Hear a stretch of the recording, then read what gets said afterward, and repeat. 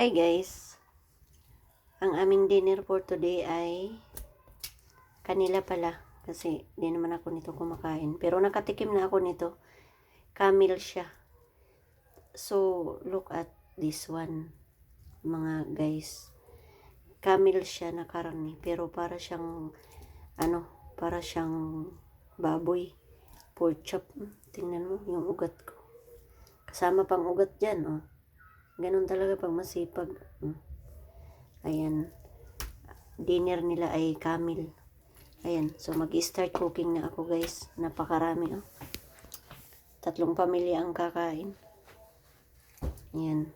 So, naghihiwa na ako, guys, ng bawang.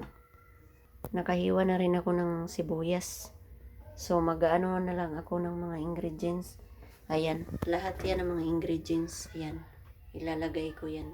Tapos, isang pirasong kamatis. So, ayun lang guys. Update sa dinner nila for today is camel.